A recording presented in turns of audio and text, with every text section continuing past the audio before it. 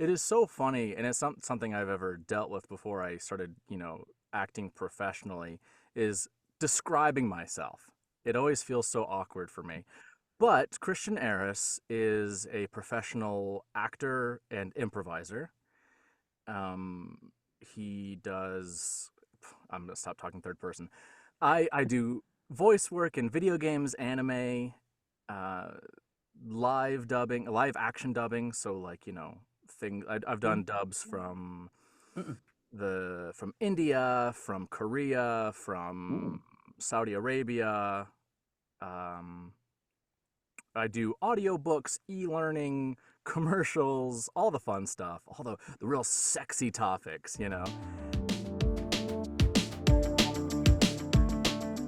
Good morning, good evening, good afternoon, and welcome to another episode of Movement Radio. I am Chip Hazard, And I am Talon Williams. and we're joined by a super special guest today. You might know him from Windbreaker. Maybe it was My Hero Academia. Maybe it was Diablo IV. Today we are joined by Kristian Eros. Kristian, how are you today? I'm doing phenomenal. Thank you so much for having me. How are you all? We're good. Doing great. Yes. Glad to actually put a face with the name. Yeah, thank Yeah. you. Yeah, and I twirled my mustache just for you lads. So Oh, Awesome. Hey, ooh, I wish I I would have like gotten the it. memo, man. I would have took care of mine. oh really? Oh yeah. No, Yeah. it was a spur of the moment decision. I Gotcha.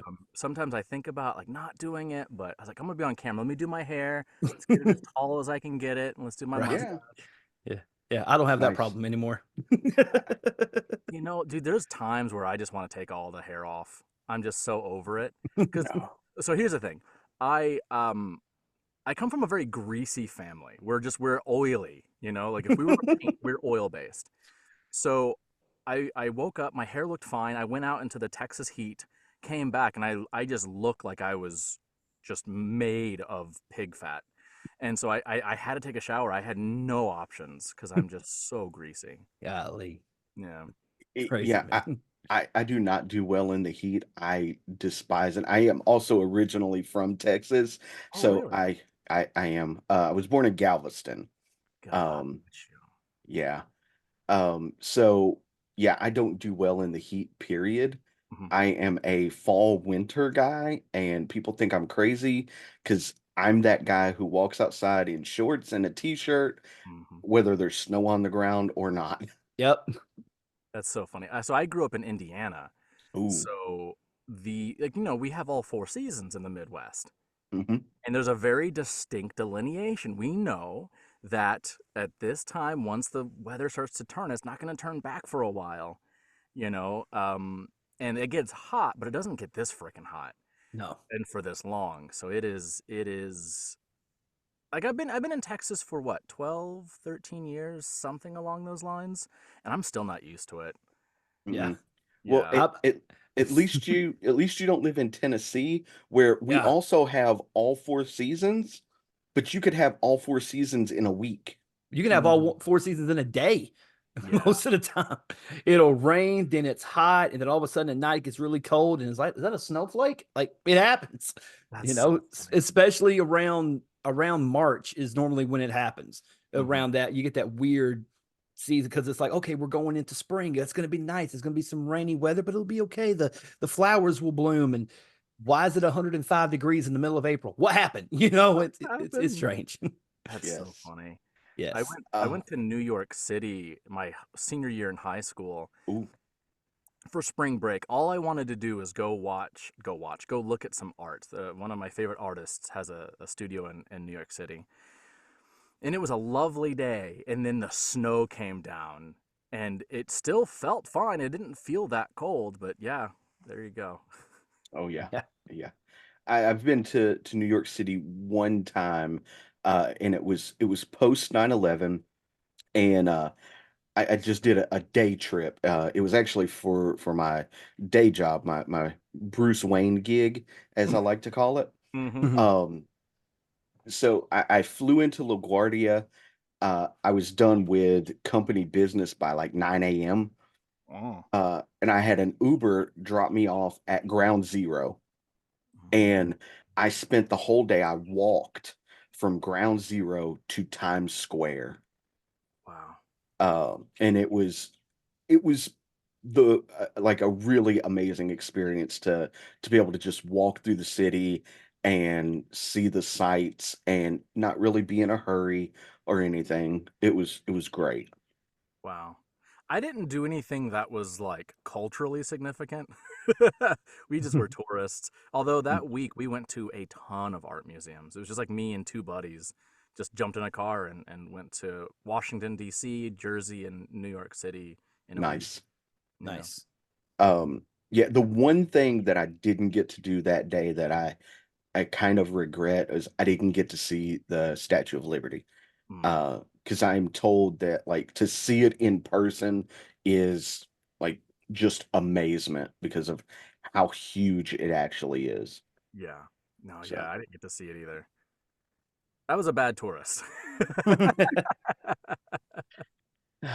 so anyway, for those who don't know, mm. who is Kristian Eros? Oh gosh. It is it is so funny, and it's something I've ever dealt with before I started, acting professionally, is describing myself. It always feels so awkward for me. But Kristian Eros is a professional actor and improviser. He does. I'm gonna stop talking third person. I do voice work in video games, anime, uh, live dubbing, live action dubbing. So like I've done dubs from Mm-mm. from India, from Korea, Ooh. from Saudi Arabia. Um, I do audiobooks, e-learning, commercials, all the fun stuff, all the real sexy topics. I've done theater, and as far as improvising goes, I am part of a team called Take One Improv or Take One Comedy. I'm not sure what the copyright's under, and we actually travel around the U.S. performing improv comedy. Nice. Nice. Yeah, but we go to like conventions mostly. We do some festivals, but conventions pay us the best, which is nice because making money as an actor is really tough. So we do what we can. But like, I think it's next weekend, not this weekend, but next weekend, I'm going to Arkansas for Fort Smith Comic Con. Okay. Yeah, Okay. we've never been to that one, so it's exciting. Awesome. Yeah, it's not one that I have been to either. Yeah. Um, Yeah. All right. It's on so the list. All right. So Chip asked the question, who are you? I'm going to ask the question, who were you Who before was you started this journey? And what was that moment where you sat and you thought, like, this is something that I want to do, get into theater, get into acting, get into voice acting, things of that nature? Yeah. So the story of who I was before I started acting again is a bit sad. So like whatever. If you don't like sad stories, maybe skip ahead. But I acted in high school and college, and I once I learned that voice acting was a thing, I've always been interested by the idea of it. And I learned about it as a kid. Like I had this realization that movies, like the people in the movies were actors. Because I saw Han Solo was also Indiana Jones, and that blew my mind. And then later I found out that the Joker was Luke Skywalker. And I was like, that's the coolest thing in the world. He can be this Jedi hero, and he's playing, like he's obviously playing a character, but it's a lot of himself there. And then he's playing this complete psychopath detached from reality, blowing up a city, and that's a job, you know. But I acted in high school and college, and like I said, I grew up in Indiana. It's not exactly an acting hub, and I didn't have the confidence to be like, okay, cool. I'm gonna move out to LA. I'm gonna be a professional actor. I'm gonna make it. I didn't believe in myself whatsoever, so I gave up that dream to be an adult, and I hated it. It Mm. was miserable. It was absolutely awful, and lots of things and depression and anxiety and all this stuff. And I moved to Dallas to be around family that I like. Like because like I love all of my family, but I get along the best with my oldest sister, you know. Yeah. And so I came out here to be closer to her and her family. And just by complete coincidence, I'm watching a Dragon Ball movie. I think it's the one where Frieza's brother Cooler shows up and he Cooler's starts. Revenge. Exactly. Yeah, Yep. yeah, yeah. Yes. So I watched that movie and I like to watch the credits because I want to know who worked on what. And I'm just a nerd and I like to know who's acting on stuff. And at the very end, it said recorded in Flower Mound, Texas. And that's where I lived. That was the exact city I lived in at the Oh time. wow. And I was like, holy crap. Okay, I don't really believe in fate, but this is a huge coincidence. And it signaled this spark in me. But I was still extremely depressed and extremely anxious and didn't believe in myself, so I didn't commit. I did research and I found out that Funimation was doing open auditions that you just email and they do it like once or twice a year. And I did it 2 or 3 times, didn't get in because I was hoping just for a miracle. You know, like, oh, cool. They're going to find out that I'm super talented, even though I haven't acted in a decade. Let's go. And that's not how life works. You know, to just show up, never having tried or practiced or trained or just thinking that you can do something. It's like, okay, cool. I'm going to build a house. Have you ever hammered a nail before? Nah, I'll figure it out though. It's just not, it's not reality. So I got the rejection. I used to take rejection super, super, super hard.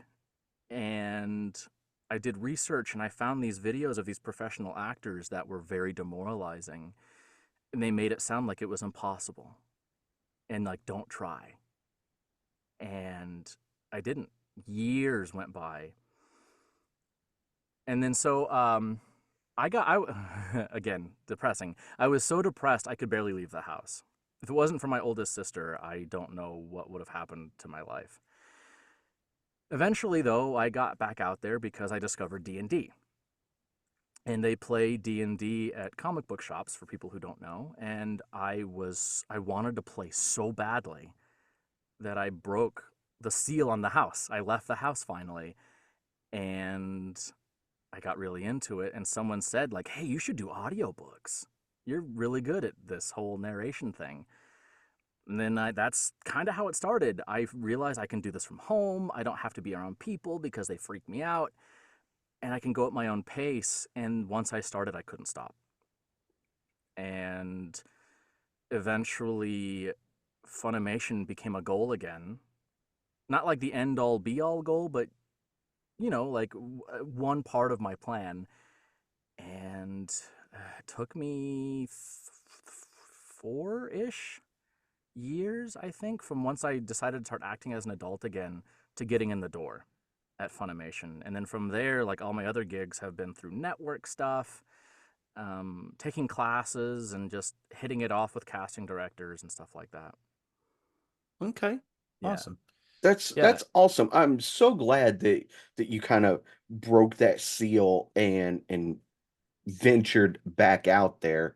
I have a sister who deals with depression, and I know what that's like, not personally, but from a sibling's perspective. Yeah. Um, so, dude, I'm so proud of you. Thank you. Absolutely. Absolutely. And you talk about like, the like is it more was it more of a fear of rejection? It's like why even try because they're going to reject me anyway kind of a thing because I've been that way also, because I also suffer from anxiety and stuff like that as well. Yeah. So was that your mindset at the time? It's like why even try if you know that's going to be a rejection thing, or did you at least go in there like, okay, they're going to reject me but I'm going to do this anyway kind of a thing? Um, I would build up to that. It would take me like years of wanting to do it until the point where I just couldn't not do it. But Right. yeah, so I was a bit more dramatic. I was edgy, you know. So what you're saying is exactly true. Why try? I'm gonna fail anyways. Yeah. But the way in my brain, I was so depressed. I thought I thought of myself in a hole, right? A Yeah. deep, deep hole I couldn't get out of. And it's in the middle of a field, it's all muddy and it's raining all the Mm. time. So I can't climb up the side because it's just mud and I'm gonna slip. Hope for me was someone putting down a ladder that was a broken ladder. And I start to climb this ladder until the ladder breaks, and then I fall to the bottom of this hole and I break my leg. And I feel worse now at the bottom of this hole. Mm. Uh, Wow. Yeah. yeah. It's quite the Fucked up. description. Yeah. This Yeah. is how I felt. And Yeah. I've done therapy and all this stuff, and uh, now I'm very much of the opinion of, if I don't try, I definitely won't just succeed. Yeah. It's a guarantee I won't succeed. That's- Um, there was I've heard this a lot of times now, but I was listening to this interview with oh my gosh, what's his name? He was in oh my gosh, I cannot remember his name now. Or even the video game. It was a really popular PlayStation series. The Last of Us people made it.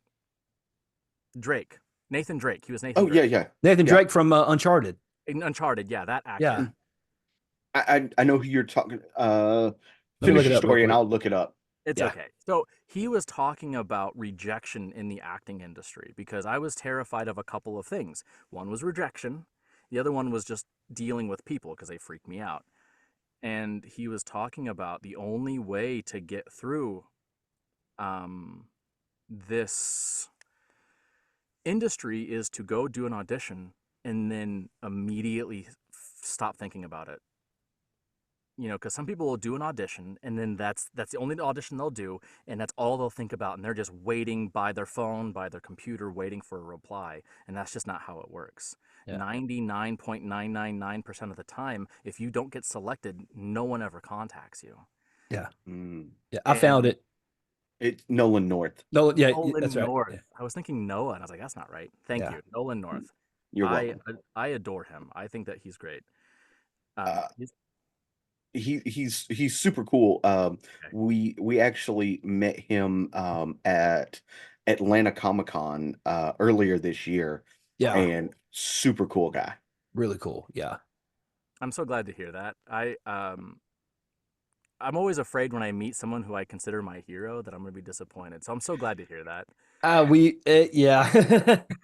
It, so one of the things we do with our podcast, not only do we invite like you on to talk about your story, but we also go to comic conventions all over the Southeast, and we highlight cosplay for like the fans that show up in cosplay, and we try to mingle with the celebrities Hmm.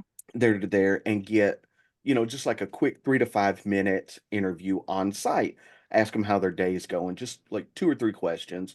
Um, and so there have been, obviously I'm not going to name any names, but there have been some people who I was like super excited to just say hi to, and they were like very like mean. Hmm. Yeah. Um, and then there were other people who I was like very nervous to talk to because their demeanor is of like a mean person, and they Hmm. were the nicest people in the world. Yeah. Yeah. I Yeah. if I'm not smiling, if I have a serious face, I have to police my face because I've got RBF. Um, Yeah. because my wife all the time is like, "Baby, are you okay?" And I was like, "No, I'm just thinking." I can't control my face and think at the same time. I'm not that talented. This is how my skin sits on my skull. That's Yeah. exactly what she tells me. Well, I grew up because Yeah. my mom has I'm related to my mom weirdly, so we both have this RBF. So I've inherited it very honestly. Yeah. Yeah. Yeah. It happens. Yeah, but no, it is great when you meet someone who you look up to and they're amazing. I've had so many experiences like that. But no, I've also had experiences where I've not. So we do conventions. At my career level right now, I'm able to support myself, and um, since I gotten married, I don't have quite enough money to support both of us, but we both work, and so everything's okay.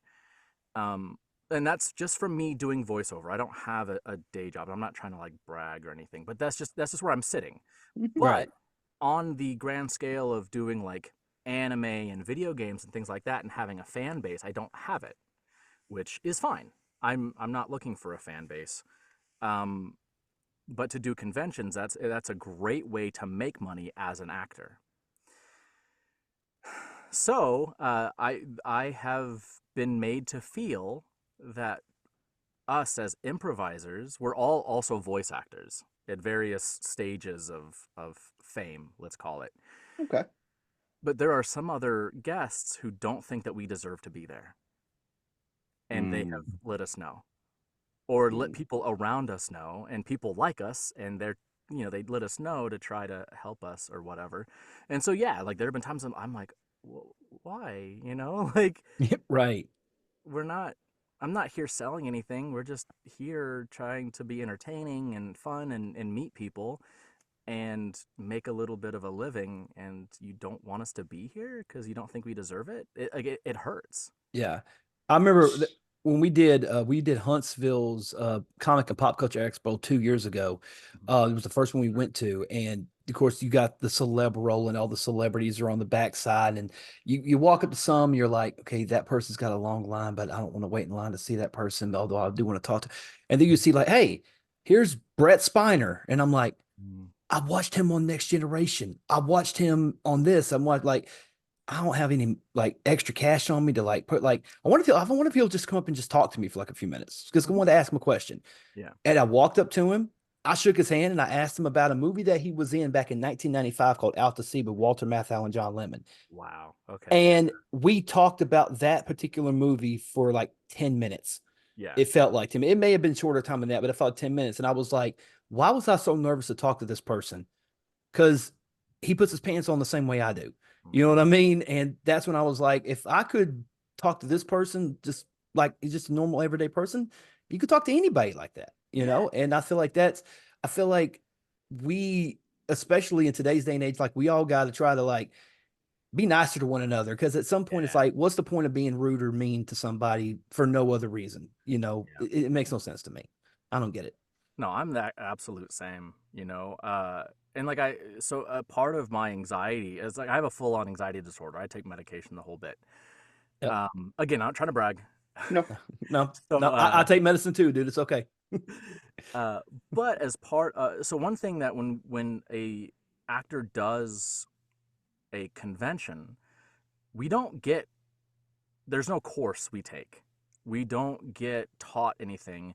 We're expected to just know everything when we show up, which is one reason I very much appreciate that I was able to join a team that was already doing conventions, because I've thought of it like this is my internship, and I get to learn about what a convention is like, what it's like to be working a convention. I've done panels, I've hosted panels, I have done shows, and I've done just about everything that you can do as a quote unquote celebrity at a convention.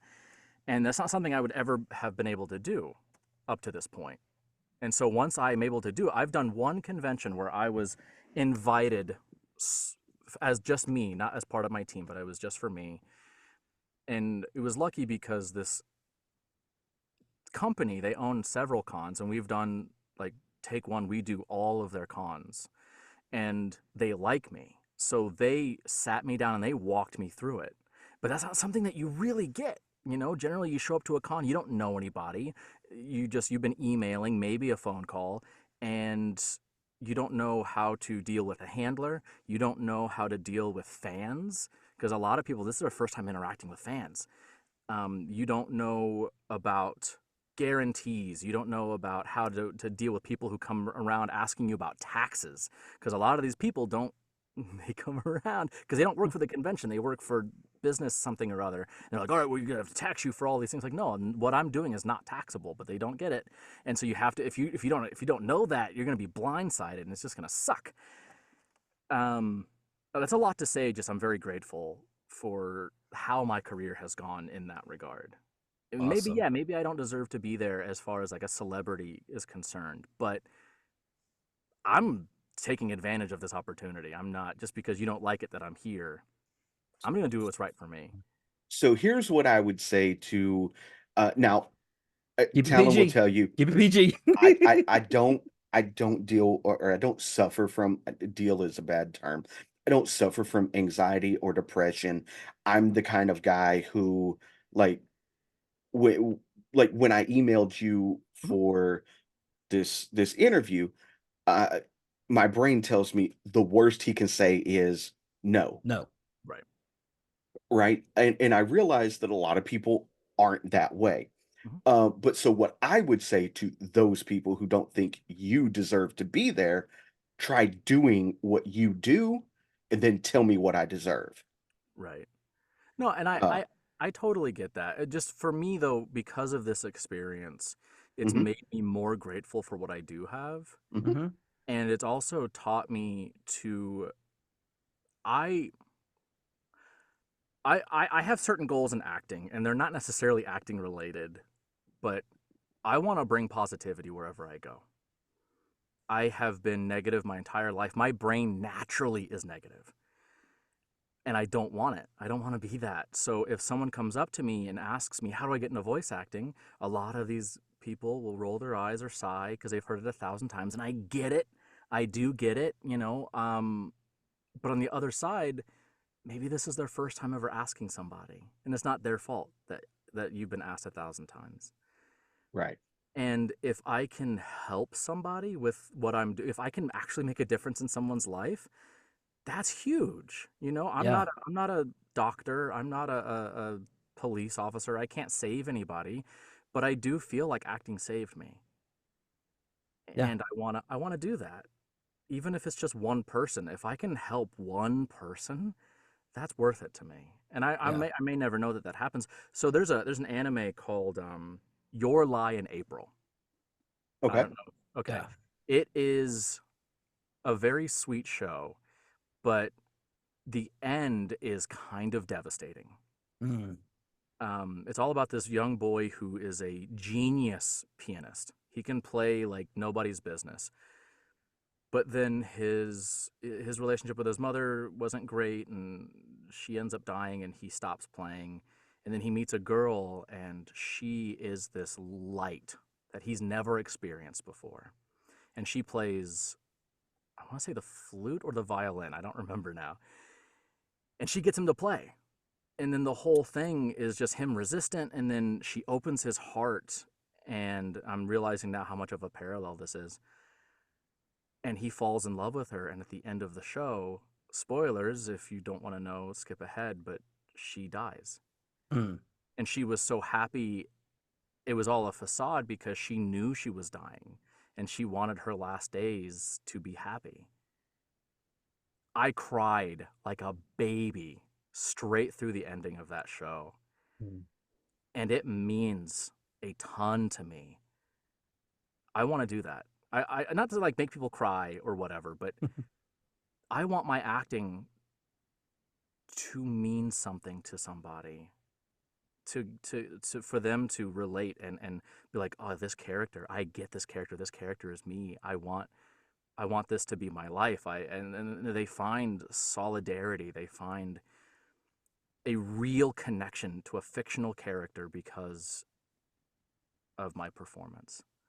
Yeah. I mean, that's the most actory goal I have. Um, like I don't care about money. I don't care about fans. I do care about the people, but I don't care about having like a big fan group. Yeah. But money matters, you know, especially now that I'm married. I have to take care of my family. Hmm. Right. Right. Right. But I don't know, like that is what kind of keeps me going. And You as a want, comedian, I love to make people laugh. Yeah. yeah. So like that's Yes. very natural for me. Just like, let's go, let's make them laugh. But if I can Yeah. make them feel, you know, Yeah.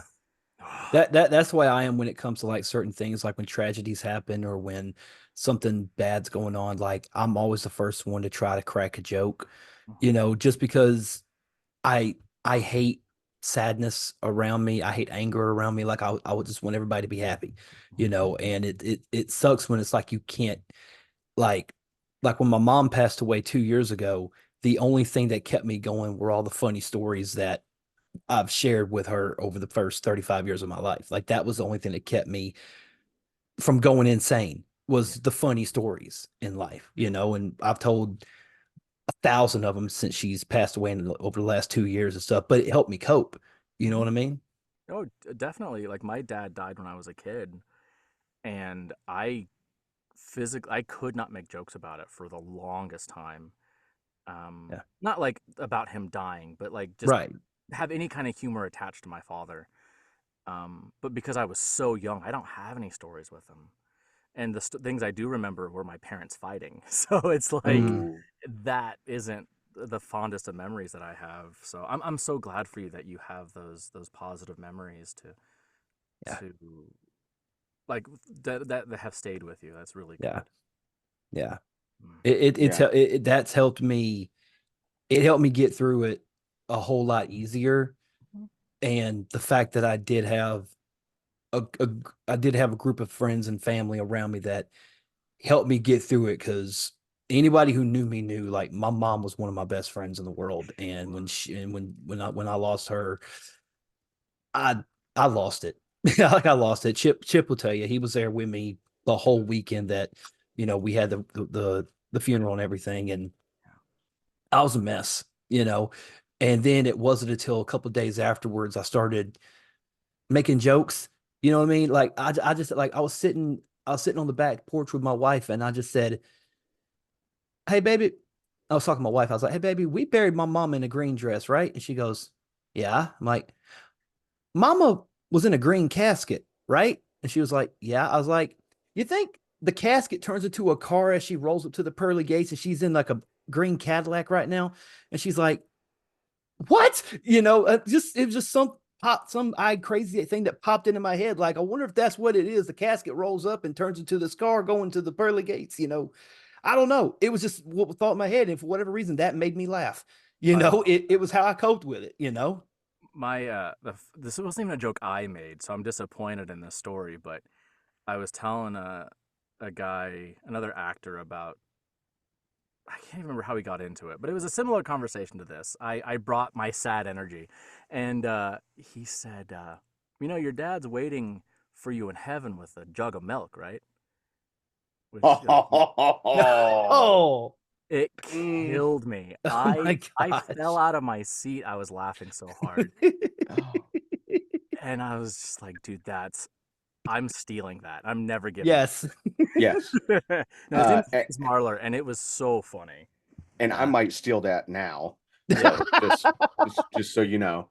Oh, Um, please. It's so funny.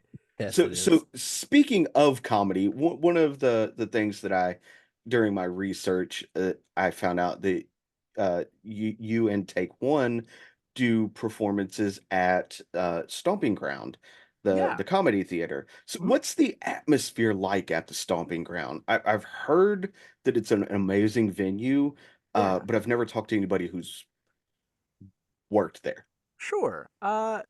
It's so funny. So like for me as because that's where I started my improv journey was at Stomping Ground as a student. I was terrified to do improv because I did it in high school and college and I loved it. And I was like, well, what if I'm terrible? But I went through their entire program. I enjoyed it. Everybody there is very inclusive. They care very much about um, being accepting, you know? Hmm. So it doesn't matter like what gender you are, what race you are, like what your orientation, none of that matters. Like as long as you're here and you are friendly, you're welcome, you know? Yeah. So like that's me as just like a human being there. As a performer, it was very strange for me to go because it's not a huge venue; it's a small theater. They are a nonprofit, so you can get like maybe like 30 people in there for a show. And so to go from these cons where we've got like a couple hundred people, some like our biggest show ever was 2,500 people. Oh, Uh, wow. to go from that to a show with 30 people, the energy's so different. And Yeah. yeah, it's nice. Like everybody there's super great and super nice. Um, yeah, that is such a tricky question. I would feel like, is it more, it's like, do you feel, because like as a performer myself, Mhm. whether it be stand-up comedian or me and Chip both used to be professional wrestlers. Oh When you man. have a lot, yeah, when you perform in front of a larger audience, do Mhm. you feel more pressure or do you like performing in front of smaller audiences? Because see, for me, and the way I look at it, like I have a huge audience. I feel like, okay, I'm kind of protected in this little bubble here. So I can focus on this and they can still get their money's worth. But I feel like if you perform in front of a smaller audience, you feel more, it makes you feel more connected to the people because you're trying to be, it's like, because they can see everything, especially if there's only like 30 people in the room. You know what I mean? Do you like performing in front of the smaller crowds than you do in front of the bigger crowds or vice versa? I Or prefer does it matter either way? I prefer bigger crowds. Okay. Very very much so. But it Okay. also depends on the energy. So because like as an improviser, I do like these conventions, I do the theater shows, we've done festivals, and we also do corporate gigs, which means Ooh, that we'll get hired by like a teaching hospital to come do a show, and they'll be taught improv throughout the day. I've done like energy, like the city of whatever's energy department, and like those are smaller crowds. The right. corporate gigs are really tough because a lot of the people have been drinking all day and they are like, "Oh, hey, boo," or whatever. They're yeah. But Yeah. I get paid for those, which is nice. Yeah. When you have a smaller crowd, the energy is so much more subdued. And you need one person to be loud and gregarious and cheering and laughing and suggesting things, like because in improv the audience is very involved. So if we ask you a question and the entire audience is too nervous to answer because there's not the anonymity of having a large group, it's tough. Right. On the flip side, you can have a smaller audience and there's that connection you were talking about, and people think that they're a part of the show, and so they become very disruptive. Ah. um, I see what you're saying. Yeah. yeah. I get what you mean. I get what you mean. Yeah, so bigger crowds, there's an anonymity, but I do feel like I can connect with people because they are invested, man. Right. So we have this show, we call it the Comedy Coliseum. Okay, it is our team. So like I'll be a captain of one team, and let's say Danny Phillips, she's the captain of another team, and then the rest of our group will be split up depending on how many people we have. Sometimes it's just three of us, and then we will divide the audience in half. Like, all right, you're on Danny's team, you're on Christian's team. We'll get team names. Like, let's just say like milk and cheese. That audience, it's our crowning jewel of the weekend. We usually do it Saturday nights, pretty late, and sometimes it's our 18 plus show. And that audience, they love it. It is all concocted. We walk into a room and we're telling you you're on Team Milk now, and they're like, "Yeah, we are!" And they're like losing their voices, cheering and clapping so hard. And we can't get that with a smaller crowd, I get what you're saying. you I get know. what you're saying. So yeah, do I get nervous? I used to. I Yeah. used to. So one thing that because I took improv at first just to better my ability to act. That was it. If I get hit with something unexpected, I'm not going to freeze. I can adapt. What I wasn't expecting was a couple of things. I found what I feel like are my people in take one. I've never Right. felt like I belonged to a group ever, ever, until I found take one. Okay. Two was I have found confidence and self belief, which I've never had either. And I'm not saying like, oh, I can do anything. I am the man. I'm like not like that, but like I know if I go out on this stage, I'll do okay. Maybe I won't smash it, but I'm okay. And I've only gotten that through the support of my team, all of the training that we do. We do rehearsals every week. And people are like, how do you rehearse improv? It's all made up. Yeah, I know. But there are techniques and strategies and things like that. Right. And skills that you develop. And then the third thing is I have succeeded over and over again, which like that for me, that's what builds my confidence is succeeding at this task. Like I know I can sit down at a video game because I've been playing since before I can remember, and I can play that video game. I'm not gonna be the best in the world, but like I'll beat that game. And it's the same with acting now. Like if you put me into a booth, give me some headphones and a microphone, I'll be able to do something that's Right. usable. You know, improv, you put me in front of an audience, I'm there. And I've only gotten that by building up my confidence and by succeeding. So Awesome. Awesome. Hell it's really yeah. hard because like I've coached people through voice acting. Like I do classes and coaching and stuff, Hmm. and people want me to teach them confidence. And I wish I could, man. If I could just give you confidence, I would. But you can only do it like you have to go and do the thing and succeed at the thing. Or fail at the thing, get a little crushed, get over it, and then go do it again. And then you just even succeeding once, it is such a boost to the ego. And maybe that goes away, but if you go and do it again, you succeed again, that's the only way that people can get confidence. And I have some people who are just too nervous to go and try the thing. And I'm like, please just go do it. Just go try it. Just go do something, you Yeah. know? And yeah, I wish I could teach people confidence.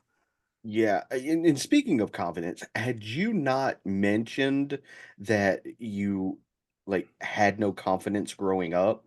Like I would have never have thought like you seem like the most confident person. Yeah. So, Yeah. like, thank you for that. This is all an act. And this You is all seen him not. twirl the mustache before he started. Yeah. That's what all the bad Yeah. guys do in the story. um, He's gonna have a toothpick and flipping a coin next. Watch. yes. Don't look now, but there are train tracks nearby, and I will What? tell you. No. So yeah, this confidence is just from succeeding and doing the thing, and then like getting constructive feedback from people and learning and improving and going and trying again and succeeding. Like I can't say every single improv show I've done has been stellar. you know i I remember one time the captain of our team, Corey Phillips, he had a sit down with me and told me that I needed to do extra rehearsals. That he would do that. He would come and we would do it after our normal rehearsal. We'd have an extra rehearsal, and it was like remedial training. And I was devastated, absolutely devastated. Not He wasn't mean about it. He was just trying to help me. But yeah, I was like, man, that sucks. I suck. And now I've succeeded enough. I put in the work, and now I'm part of the main touring group. Um, your original comment was I don't see him. Oh yeah, and then the other part, sorry, the other part was going to these conventions. Like I said, I've had this internship. When I first started, I was terrified to talk to people. Absolutely mortified. We pass out flyers because sometimes we do conventions where people don't know us, and so we have to pass out flyers. Like, hey, we got a free comedy show tonight at 7:13 at the BYA room or whatever.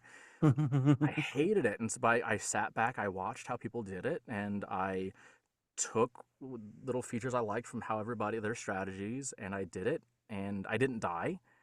Um, no one punched me in the face. I like all of my worst fears didn't come true. I was able to. Corey just texted me, uh, and so yeah, it's literally just practice, wanting to be better and learning and training and asking questions and then doing it and succeeding. And then just rinse and repeat, rinse and repeat. Every month I do a show at a convention, sometimes two a month, and I'm okay. I don't know. Yeah. So That's this awesome. is yeah, Yeah, thank you. But like absolutely, if absolutely. you see me with my wife's family, I'm quiet. They make me nervous.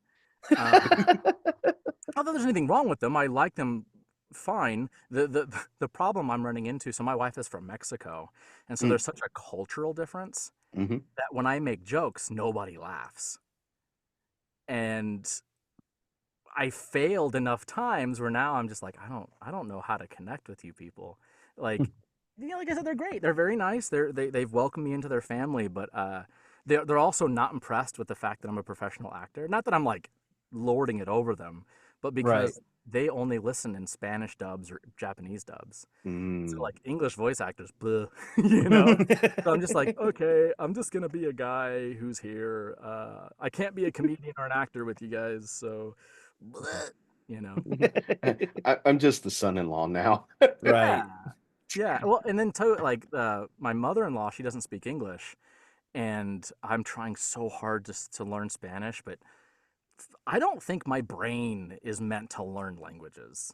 Um, it is so hard because like today, I my wife said espalda. I was like, oh, a sword. She's like, no, that's espada. Like I don't understand the difference. Espalda, espada. I was like, I don't. You're saying the same thing. And it took her like a solid minute or 2 minutes to get me to understand that there's an L and that's a big difference. I'm like, I don't get it. You know? I took Latin in high school because I didn't have to speak it, and I still failed. I am not great at languages. That's the way I was. I took French and failed it, and I was like, why didn't I learn Spanish? You know, like, Well, I mean, I wish I took Spanish. yeah, I didn't want to speak it because it's too much. right. Yeah, I took Spanish for 4 years in high school. Hmm. Um, and the thing with it is I was fluent by my senior year. So I had the same Spanish teacher throughout all 4 years. And by my senior year, we were not allowed in class, we were not allowed to speak in English at all. We Hmm. could only speak in Spanish. The problem became when I graduated and didn't use it anymore. Hmm. Like my brain just was like, okay, we don't need that. Let's file that away way back here. And now I have a hard time like recalling it. 21 years after graduation. Yeah. How long have I been graduated from high school? I don't even want to think about it. That's No, depressing. no. I I can tell you I graduated in 2001. So no, that's more than 21 years. Yeah. I graduated 23 in years. 2001. Okay. I graduated in '07.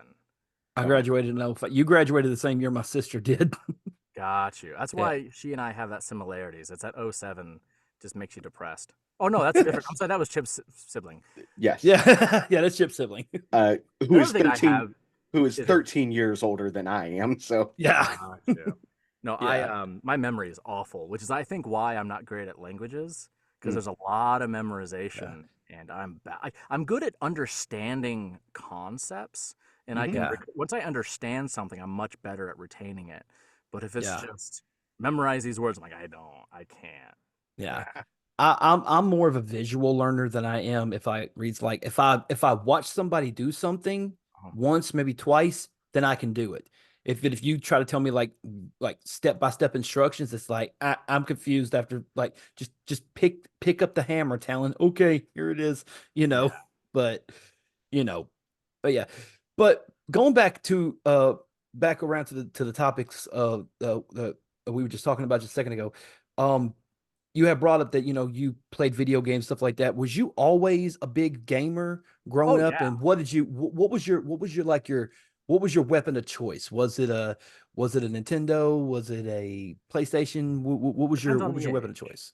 right? So elementary school, all we had was a Super Nintendo. We had a Sega Genesis at some point. My brother broke it. Um, who's 11 and a half years older than me. So it was like he was like a little kid and he was just whatever. He's a Ah, rough guy. Um, Super Nintendo, and then after that, the PS1, and I've been a PlayStation guy ever since. gotcha. Yeah, I got a 64 for Pokemon Stadium. Like I saved up all my pennies, you know. And I still remember I was like $100 short. My mom was like, whatever. And but yeah, since then my first Nintendo was when I married my wife, and for Christmas or her birthday, I bought her a Switch. That's the first Nintendo I've had since the 64. Oh Oh wow. wow. Yeah, I want to go back and play all the old Pokemon games because I haven't played Pokemon since Silver and Gold. Oh Ooh. really? I Mm-hmm. if Okay. I'm not mistaken, and I could be wrong, if you get the Nintendo Online like game thing, Hmm. there's a bunch of the Game Boy Pokemon games on there. Yeah. Okay, cool. I'll Yeah. look Yeah. into that because we do have the subscription or whatever. I just Hmm. yeah, but my wife and I are a bit different in that regard. So when we sit down to relax, I want to play video games. She wants to watch a movie or a show or something. And Yep. so like I have this huge backlog. I mean, I have a huge backlog of games too, but I have like an anxiety inducing backlog of shows I want to watch. And when I think about it, I get so overwhelmed. I just turn on the PlayStation. you know, it's like, oh, I could watch. Like, I never watched She-Hulk. I know people didn't like it, but I still want to watch it. I I love, Right. thought it was good. yeah, like Yeah. I love Marvel. Like, I grew up watching Spider-Man. I love superheroes. So I want to watch all of it, but it's just like, okay, I watch that, and that's gonna be this many hours. But so yeah, for me, the passion is video Yeah. games. I will remember my dad he came over to the house 2 weeks ago and he brought his PlayStation 2 and he goes, "Hey, I figured Malachi, my son, would want to play it." My son's 11, or my son's 10. He'll be 11 in a couple of weeks.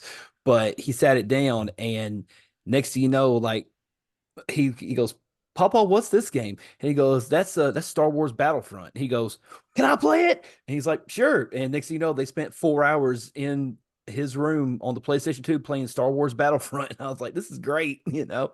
Dude, He- I remember when the PS2 came out. I didn't have it for a while. Um, yeah, but my buddy who his in my world, his parents were loaded because he had all the toys, all the, whatevers. yep, And he brought over his PS2 and we played Final Fantasy X. yes, And my yes, whole world, it felt like I went from black and white to color. yeah. Dude, it just blew my mind how amazing it was. You go back now, you're like, oh, No, my I PSP looked better. right. Well, I mean, I go back now and I still like even because you got like even back then, yeah, the graphics were awesome, and then of course comparable to the new gen consoles, the Series X and S and the PS5. Of course, it's not going to compare, but I I still like playing SSX Tricky. I still like playing like the old Tony Hawk games. I still like playing Yeah, Def Jam. Like those were my games. You know what I mean? Like yeah. NBA Street and all them, you know. Like that was like my generation, like Mortal Kombat Armageddon, you know, like Mhm. that was my generation, you know. And Yeah. I PS2 I think was the last PlayStation that I remember playing because I remember I switched over to the 360 and then I was an Yeah. Xbox. I was Xbox after So that, that was you very know. So common. Lots and lots of people went from the PS2 to the Xbox. yeah. And a lot of that had to do with the marketing, and PlayStation really dropped the ball. Oh Uh, yeah.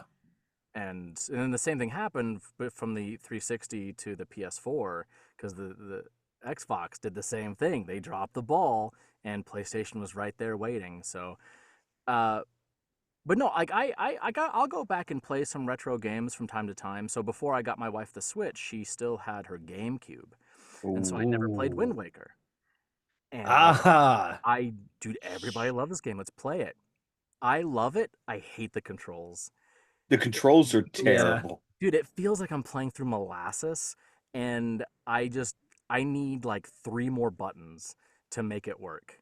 Yeah. Um, and then like this little nub thing, it's worthless. I just like I know they not remade it. They whatever. They revamped Wind Waker for the Wii U, but it's not on the Switch. So like it Yeah. plays better, but I can't play it, and I'm not gonna go buy a Wii U.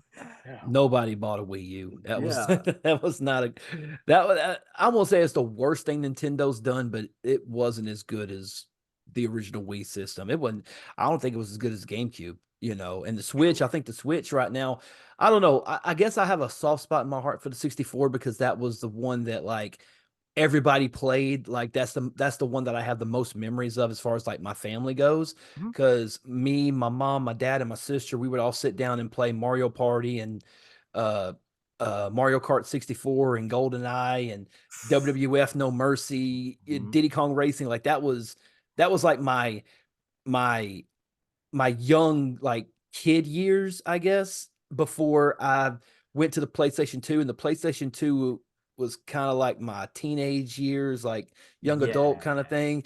And then after that it went to the Xbox after that. But yeah, those for me, and everybody talks about online gaming and stuff like that. Like for me, I think the best thing is when you get a bunch of your friends in the same room Mhm. on all four controllers, looking all at the same screen and just having fun. Like to me, I that's the best for me, you Yeah, know? I adored the 64 and the ability because like all of my birthday parties back then, It was just let's play the 64. Let's play Super Smash. Let's Golden. Yes. Let's Yes. do Perfect Dark. All of those just perfect party games with your friends. And like you could do that with a PS2, but you needed to get like all these different like, oh, let's get this adapter where you can do multiple, and then the game has to support it. And it was kind of, you had to jump through so many more hoops. Yeah. Um, but yeah, no, I definitely have a soft spot in my heart for the 64. You know what I really loved, and this is funny. With the Pokemon Stadium, I realized I could plug in like my red or blue Pokemon into the little adapter thing and play Pokemon Red or Blue on my big screen TV, which just means it was bigger than my Game Boy. Yeah. Blew my mind. I was like, I'm never playing Pokemon the same way ever again, Like, because I had the Game Yeah. Boy back then, for anybody who's younger listening, the Game Boy didn't have a backlit screen. You No. had to have light on it. So I had like this adapter where it went over the top and it had a magnifying glass that went over the top of it. That had a light that was built into it. Before that, I had the little the pigtail squiggly light where it kind of was like a Yeah. yeah. So Yeah. that over that first, then I got that. I had a battery adapter where it was rechargeable batteries, and it stuck out the back of the Game Boy by like that much, and I could plug it directly into the wall if I wanted, and that way it never run out of battery. And then yeah, I did a lot to enjoy my video games back then. Yes. Yes. Yes. Kids these days don't appreciate what we had to go through, you know? You can't play my Oh. games out in sunlight. Are you crazy? Ah, Right. man, It's when like, the Game Boy Color came out and it had the backlit screen, I was in heaven. I Yeah. was yes. like, I was like, Yes. what? What is this? Yeah. I Dude. don't have to have Yeah. 30 adapters to be able to see the screen. No, yeah. Well, so I went from like the big chonky original Game Boy.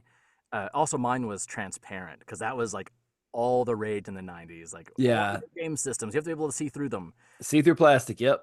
Yeah, and then I got the Game Boy Color that was the Pokemon Yellow edition. So it has like Ooh. Pikachu on it and stuff. Yeah. Yes. The only thing I was sad about was I went from this giant brick. So all of my adapters fit on this brick, my screens, all that. None of it fit on the Game Boy Color because it was so tiny. It was like, ah.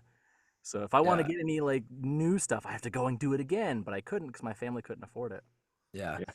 You just awoke a memory in my brain. I was going down the wormhole of Facebook, and it was like an old Radio Shack news, like one of those little booklets that you would get in like the weekly newspaper or something like that. It's like a coupon book or whatever it was. Sure.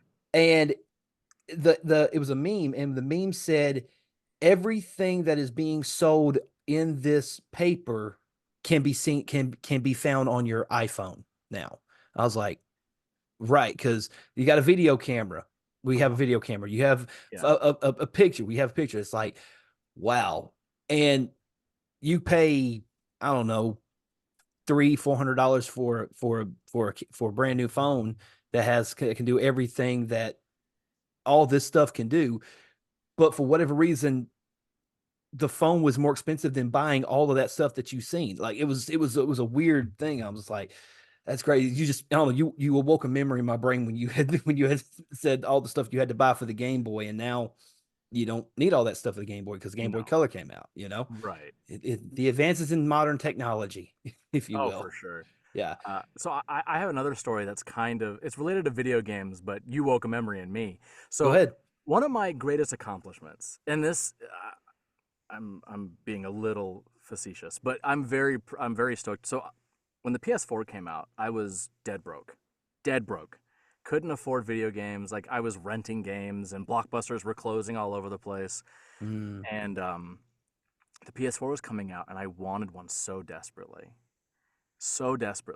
and Taco Bell was running a promotion. Come and get our $5 box, get all this food in it, and you get a code. Put in that code, you could win a PS4, brother. And I was like, dude, let's do it. I can afford $5. Right. I never really try stuff like this. And I think this kind of goes back to my if I didn't try it, I definitely wasn't getting a PS4. Right.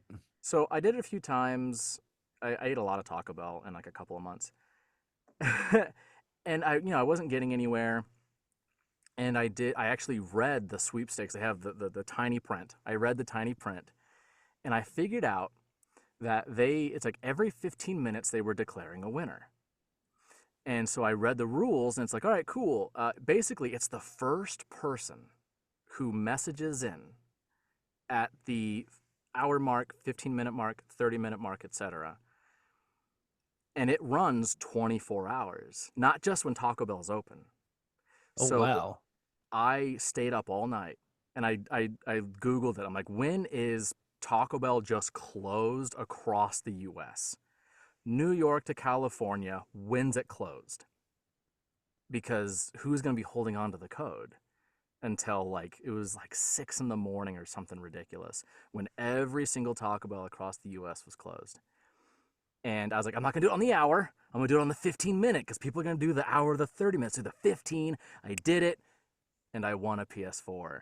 And That's awesome. I still have that PS4 too. Wow. Man, Uh, why didn't I think of something like that? That's dude, genius, dude. it is. Thank you. That's genius. It was that whole necessity breeds innovation, I guess, and innovation. I was desperate for it because like video games Right. are such a part of my identity. Right. Um, and then yeah, like to kind of circle back to acting and stuff to get into like I love Diablo 3. I really enjoyed Diablo 3. And I grew up watching like my friends and my friends' parents playing like the older Diablos, and I was so to get into Diablo 4 was such a like feather in my cap. Is that the Yeah. term I want to use? I was stoked. I was Yeah. excited, and it was such an experience. But I'm gonna bring the sad energy back down. It's kind of funny where when you tell people like, "Hey, I'm in this thing," and then they like crap on it. Yeah. So like I'm in Diablo 4, not everybody loved it, and I understand that. But I remember I was telling this guy at a con, and he's like, "Yeah, I prefer Diablo 2." I was like, "Oh, okay." Like I'm happy about it. I don't. Yeah. That's fine. You want to tell him your Diablo story, Chip? Well, so Diablo 2 was the I loved that game. Yeah. And so when my graduation present from high school from my mother was a PC.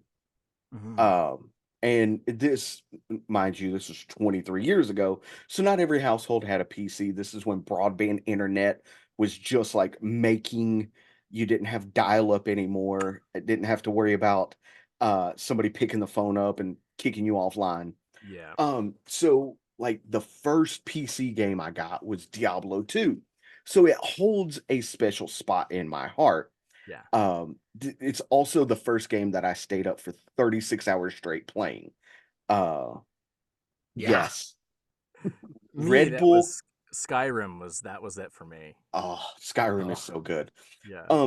So I could be that guy who was like, yeah, I preferred Diablo 2. I have Diablo 4, and well, I also have 3, but Diablo 4, I think, is an amazing game. Yeah. Um, there are people that go into it and all they want to do is the end game stuff.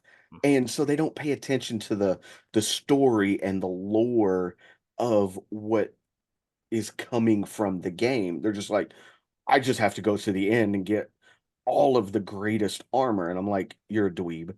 Yeah. yeah. That's the way I am with Call of Duty games. It's like, hey, we're gonna buy it, and oh, they got these brand new maps, they got these brand new weapons, you got these brand new skins. It's like, are you playing the campaign mode? Why should I Mhm. play the campaign mode? People don't buy Call of Duty for the campaign mode. Okay, cool. I want that's why like everybody would be like online. Like by the time I would play online, everybody's already like prestiged already one time, and I'm Oh just yeah. like, oh well, I was enjoying the story.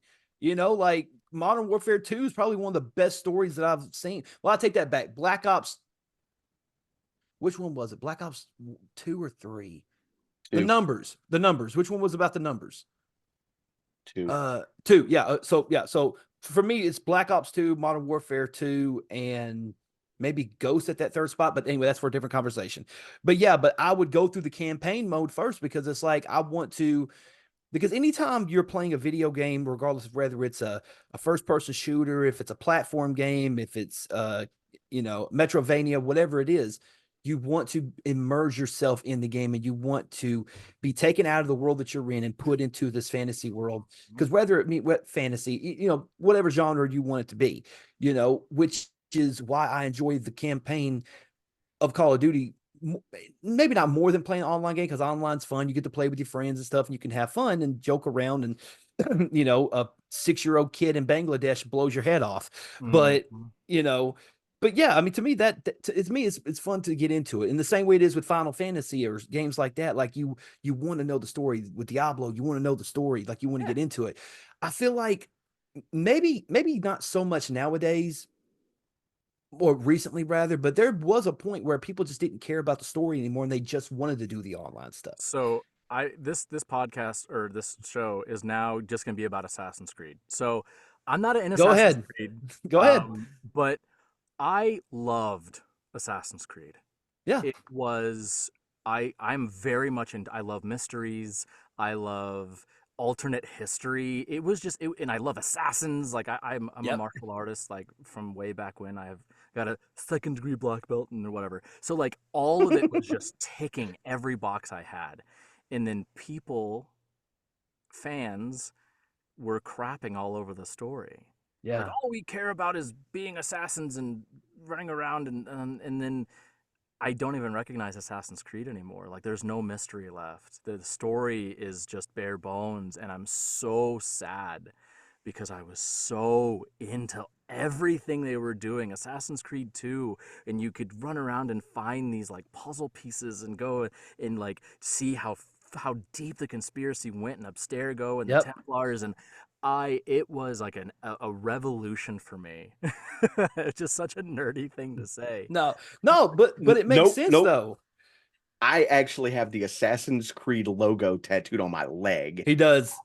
He does. You're my people. I found you. I found you. I Oh, absolutely I have played every Assassin's Creed game except for Mirage. I have not I haven't gotten played that one Mirage yet. either. Yeah. I haven't But played I'm Mirage. super excited for the oh God, I Is it just went blank. Embers? Um the The newest Assassin's Creed. Yeah, the one set in Japan. yes. I'm Yes. excited for that as well. Yeah. 'Cause I currently am playing Valhalla. Shadows. Assassin's Shadows. Creed Shadows. Yeah. Yeah. opposite of Yes. Embers, which Yeah. is good. Yeah. I'm currently playing Assassin's Creed Valhalla on the Xbox right now. It's currently in my queue right now. Because I played Odyssey and I liked Odyssey because I like the Roman Spartan, Trojan kind of like mythology and stuff like that. Like I dig that kind of stuff Yeah. and even the origins, more Egyptian kind of stuff. Like even I thought Black Flag was good, with the pirates and stuff. Like I thought that was I good liked too. I liked Black Flag. I liked Origins and Odyssey and Valhalla, but I didn't like them as Assassin's Creed games. Okay. No, the story was good, but It wasn't like the original three. it wasn't an Assassin's Creed story, in my opinion. I get what you're saying, and I've Yeah. heard several people say the same thing Yeah. about it. Of course, I'm weird. I play weird games. Like I play like I got a game on. It Still Wakes the Deep is the name of the game. And if do you remember the movie that came out back in the 1980s that The Thing? Kurt Mhm. Russell was in it. Yeah, yeah, yeah. It's basically the exact same thing, except instead of being in Alaska, you're on an oil rig. It's Mhm. the exact same thing, and it's a weird game. It's freaky as hell. I'd recommend it. Sleep Wakes the Deep is the name of the game. It's really interesting. I'm gonna write that down. Yeah, it's really interesting. There's another one called Those Who Wonder or something like that. It's basically about this guy. He's a detective, and he's in a town where it's almost like a ghost town, but you're able to switch between the real world and the afterlife world, and you have Mhm. to somehow make connections between the two and figure out this weird mystery. It's interesting. I like that game too. And then another one is The Curious Case of Benedict Fox. That's a very interesting one too. It's about a guy who goes to a haunted house. I say haunted house. You really don't know the house is haunted yet, but you go there and the guy is basically being haunted by the spirit of a man who died in that house because he want basically the spirit wants the man to he can't remember who killed him, so he has to try to convince this detective to find out who killed him or something like that. It's been a while since I played that one, but yeah, that's a very interesting game too. Yeah, there are times where I try out games because like I'll get them for free with PlayStation or whatever. Yep. But one I can't remember. It was like Home Sweet Home or maybe just called Home. But it's a first person game where your character, you're a young woman, and you've gone back home for the first time in years, and it's all about dealing with trauma from her childhood.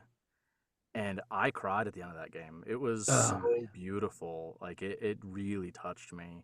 But like again, like some people are like, oh, it's a walking simulator. You know, you're just walking around looking at stuff, you know, but it really touched me. And you don't get it unless you're paying attention. If you yeah. wanna if you have to want to love fiction, and I love fiction. Yeah. Yes. Subnautica is another one. I again I tried it because it was free. I don't really like survival games. I find them to make me too anxious. But there was a story that if you wanted to, it's there, and there's a mystery, and then there are these giant, almost like Lovecraftian horrors that come out of the deep ocean. Yeah. I love Lovecraft. Like I find that to be so interesting. Yeah. I don't Yeah, love man. Lovecraft as a person. Let me distance Yeah. that. Well, But like the the concepts work. of Yeah. his Yeah. horror, I really like. Yeah. Well, even if you did love him as a person, we wouldn't judge. It's awesome, you know. Okay. This is a judgmental Yes. zone. Yeah. Thank Yeah. you. Yeah. But no, Absolutely. he was not great. But I love like I never did like Dark Souls because I found it to be too intimidating. And then Hmm. Bloodborne came out and everybody's like, you know, stay with it because it takes a Lovecraftian turn. And I was like, okay, I'll have to try it. And I adored Bloodborne. Now I've gone back and I've played all the Dark Souls. I'm working on Elden Ring right now Yeah. through the DLC, and I'm so glad I did. And it's only because I tried it. And those are games that if you want to know the story, you have to do research. Yeah. I've Yes. watched hours of videos. Let me ask you one question, and we've asked multiple voice actors the same Mhm. question. Um, and I don't want to bring the show down, but it is kind of a serious subject that we kind of need to talk about in the industry. If you can make it more down than I have, I'd be impressed. Okay. Um, with the advent of artificial intelligence, AI in the entertainment industry, and you hear stories about certain voice actors losing their jobs, and you see certain studios are leaning more toward artificial intelligence for the economic uh, reasons and things of that nature. What is your honest opinion about the usage of artificial intelligence in the entertainment industry? I found this really interesting theory that I really like it. I don't know if it's true, I don't know, but I like it as a theory. And it was talking about how the tech industry was killing it, like from 2000 to 2010. And even like maybe 2010 to 2020. I don't know. But like they were killing it. We had like smartphones. We had like Facebook, which revolutionized social media. We had like the cloud became a thing, which really changed stuff. And then they ran out of innovations, and all the innovations became smaller, you know, almost like refinements to what already existed.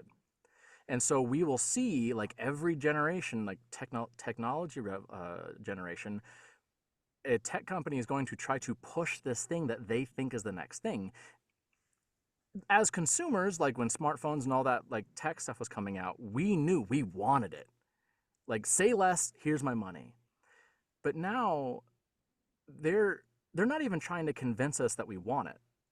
They're it feels so according to this theory, it's like they're trying to convince investors and Wall Street and you know stocks and stuff like, hey, AI is the future. Everybody's gonna love it. It's gonna make everything better. But consumers don't want it. Consumers don't want AI. It is the companies and the industries pushing it, trying to squeeze blood from a stone, because like Xbox was trying to do like augmented reality, and we had all this like virtual reality stuff that came out. It's all gone now. I mean, we Yeah. still have some VR stuff, but it's nowhere near what it was. Sony was trying to push 3D on their TVs, and they were like, "It's revolutionary. It's the next big thing," and like they're trying so hard to push it. Nobody Yeah. wants it, and I feel the same way with AI. I think AI is, I think it can be really helpful as a starting out tool. Um, like if you're trying to write a resume and you're like, I don't even know how to format this thing or whatever, you start with the basis of an AI script, and then you go and you personalize it and you make it yours. Yeah. Um, you can use it to generate ideas, but then you take those ideas and they can inspire real ideas or what have you. But to go and use it on a professional scale to full replace actual people, to me, is so short-sighted, and it is playing into this fad. Yeah. And then eventually, I think numbers will show the more AI is being used, the less those products are being used. Yeah. Like all my social media has AI on it. And I figure out, how do I turn these features off because they bug me. I didn't ask for AI in my Facebook or LinkedIn or what have you, like, but it's there.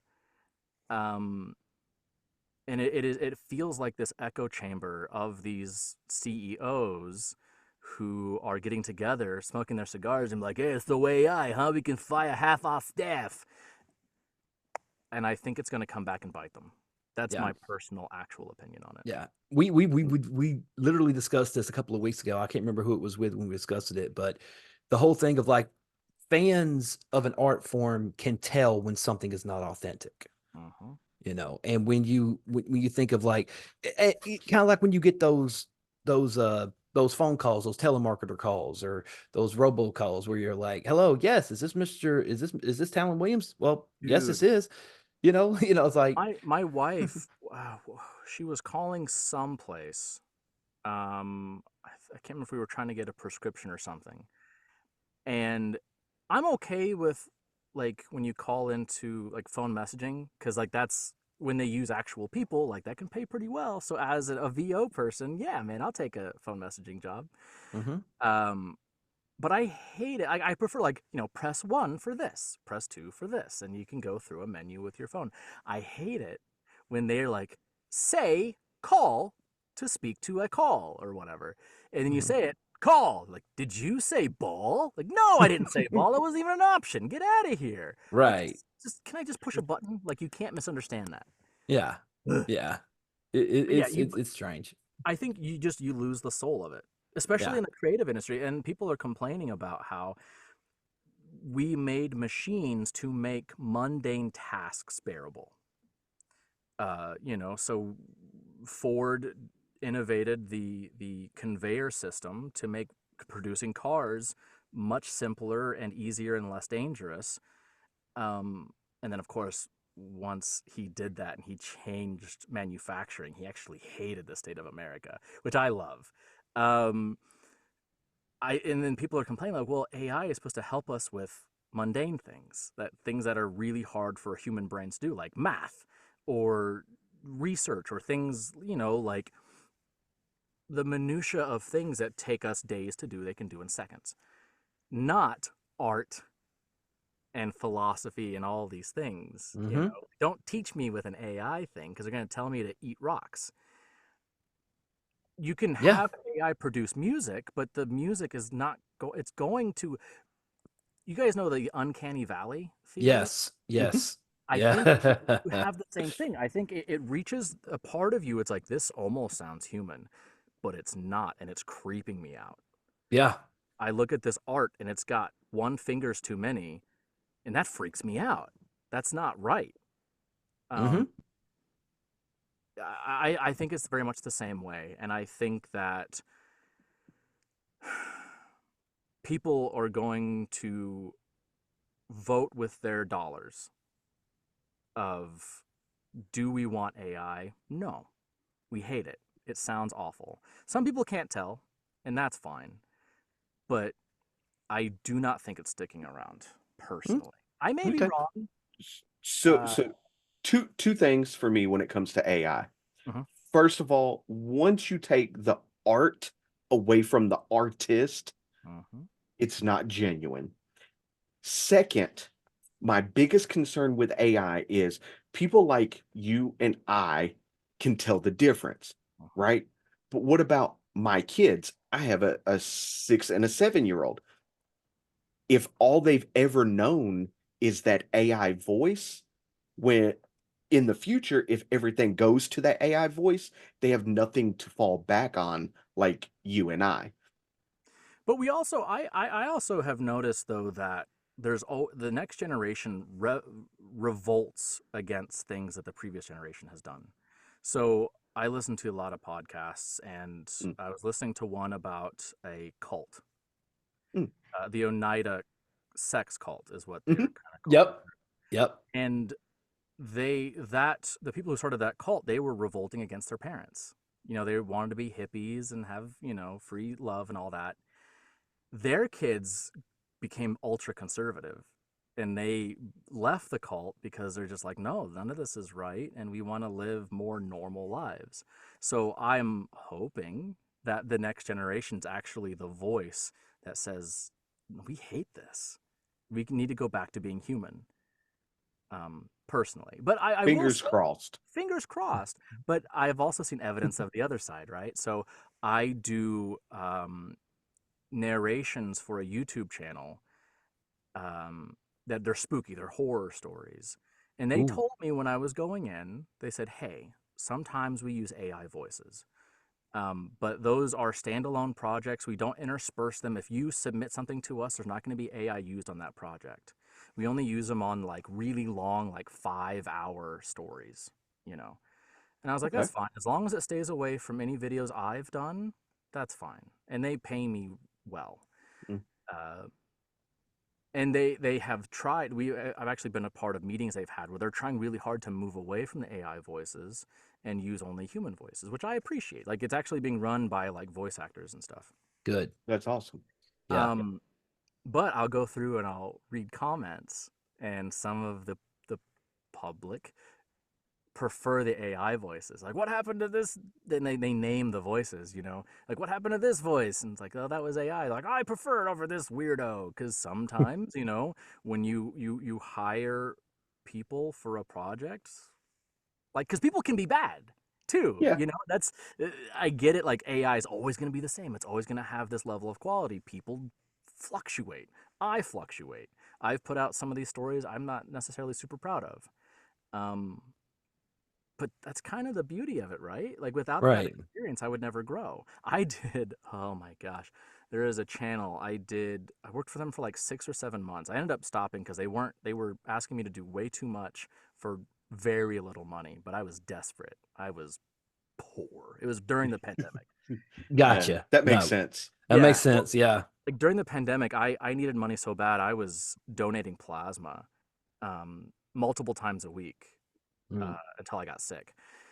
Anyways, so I was doing these channels. It was one of those like top 10 bikini beach babes from Baywatch. And I did it for 6 months, and I hated it. I hated every minute of it, but I'm glad I did it. Right. I never want to go back and watch those videos. I'm sure they're awful.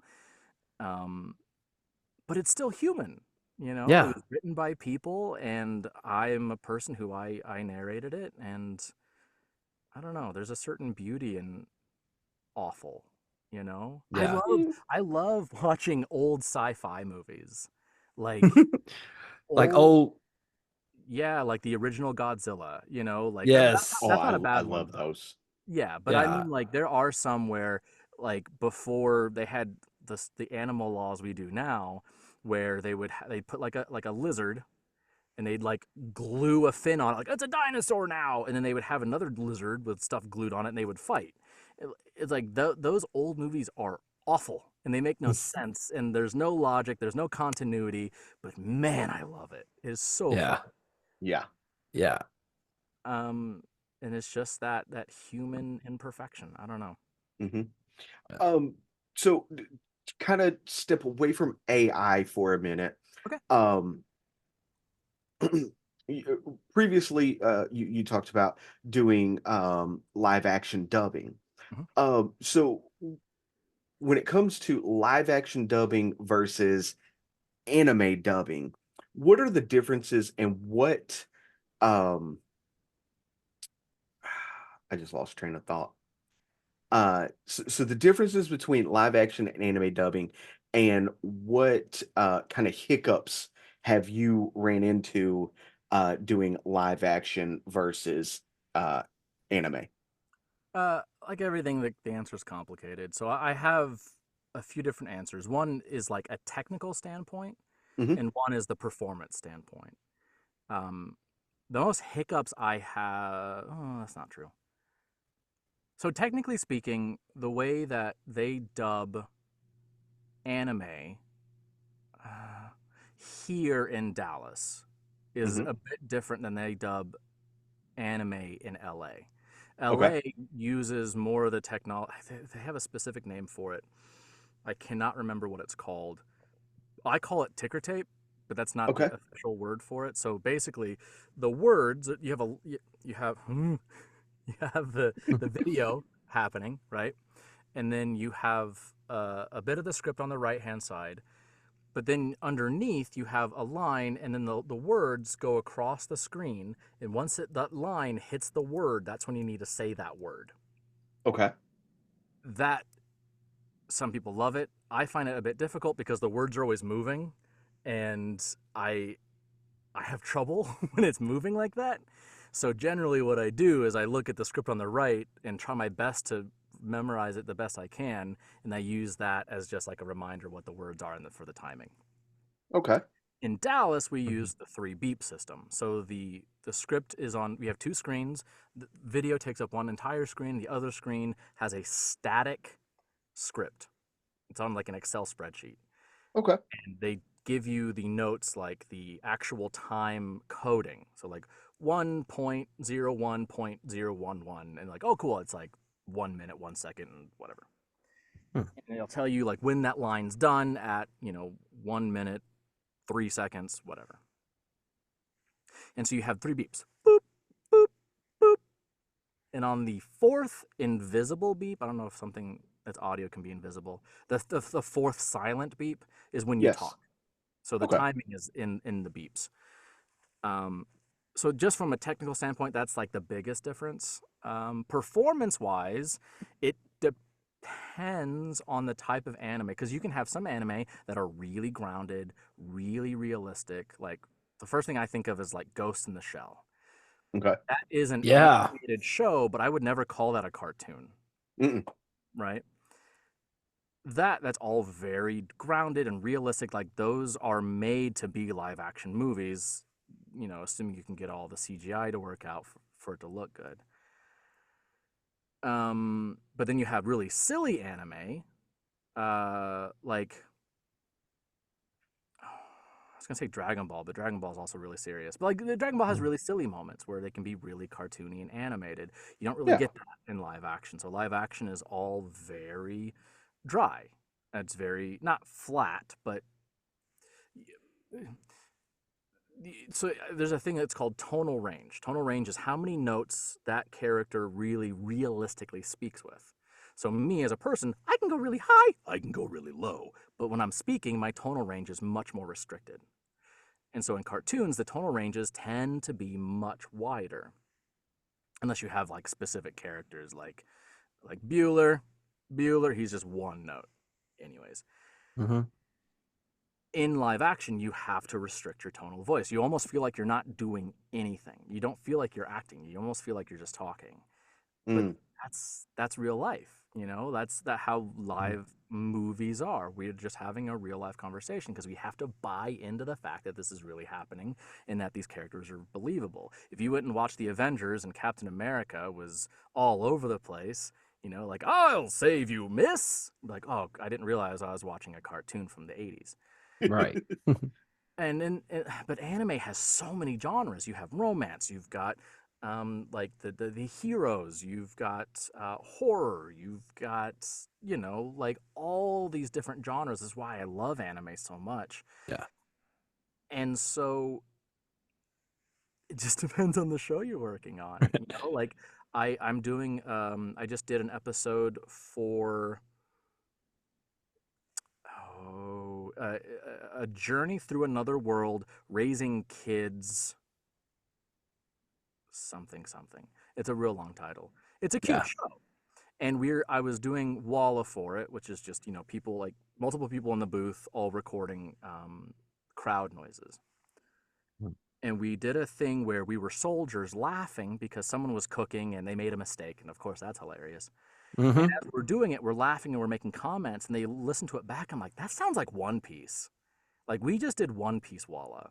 And the director listened to it. He's like, yeah, we need to go back. This is a bit more of a serious show. Like, it's a cute show, but it's not One Piece levels of silly. Right. Right. And so, like, again, like, it's just that one genre, but there's so much variance. Yeah. You talked about your love for anime. Was you always a fan of anime growing up? And if so, like, what were some of your favorites to watch? I didn't. So, growing up, we didn't have cable or anything. So, I didn't discover anime until middle school. Now, I Okay. say that, but I watched Pokemon. I adored Pokemon, but I didn't know that that was an anime. And some people don't even consider it. Like, it's a kid show. And I was like, well, it's still anime. Yeah. But once I knew what anime was Toonami. Mm-hmm. And the first show I fell in love with was Ghost in the Shell. Okay. I Yeah. adore Ghost in the Shell. It hits those sci-fi, like anything can happen, but everything is still rooted in a logic that is set by the universe. And then Yu Yu Hakusho got me into manga. I already loved comics. I already read like Spider-Man, Batman, all that stuff. But then Yu Yu Hakusho on Toonami stopped airing, and they didn't finish the show. Mm. And I was devastated. I needed to know what happened, but at the time the manga wasn't finished. Like, it was finished in Japan, but not here in the States. So I had to, get them one by one, and then eventually, years later, it finished. I was able to finish the story. So for me, I think those are my two pillars: Ghost in the Okay. Shell, and Yu Yu Hakusho. Okay. Understandable. Yeah. Awesome. So we won't keep you too much longer. I know you're super busy and everything. So for anybody who wanted to say follow you on social media to figure out where they can find you next, or what that next project you got cast in is going to be, where can they do that? I always love this question because I say my name, and unless people can see it, they're like, I don't like it. They CHRIST, and like, that's not me. So you can go to my website, kristianeros.com. That's KRISTIANEROS, or all social media. Not all social media platforms, because there's I don't even know about, but like Twitter, Instagram are my main ones. At the THE Kristian Eros, and I am the same on both of those platforms. Yes. And we will Awesome. have all of your social media and your website in the description of this video for people to do. If you want to hang out with us for just one more second while we pay a couple of bills, thank you guys so much. Go ahead, Chip. I'm sorry. Go ahead. I was going to say, Kristian, I was once told that the greatest gift that you can give is your time, and we greatly appreciate you giving your time to us this evening. No, I had an absolute blast. You guys are great. So All right. thank you so much. Well, thank you for joining us. Okay, back to the shameless plug. Thank you All guys so much for joining us tonight. We hope you guys enjoyed that video. Again, Kristian, thank you for joining us tonight. Again, ladies and gentlemen, all of his information, all of his social medias and his website will be in the description of this video. Go check him out. Go give him a follow. Go give him a like, and see what he's got coming up next. Chip, what you got to say before we get out of here, Bubba? As always, please do not leave without leaving a like, comment, share, and subscribe on Spotify and right here on YouTube. And if you guys want to continue to support Movement Radio, make sure you check out streamlabs.com/Movement Radio/merch and go copy some merch. Once again, Kristian, thank you for joining us. Thank you guys for watching. And until next time, I'm Talon Williams. I am Chip Hazard, and this is Movement Radio. God bless. Love you, bye.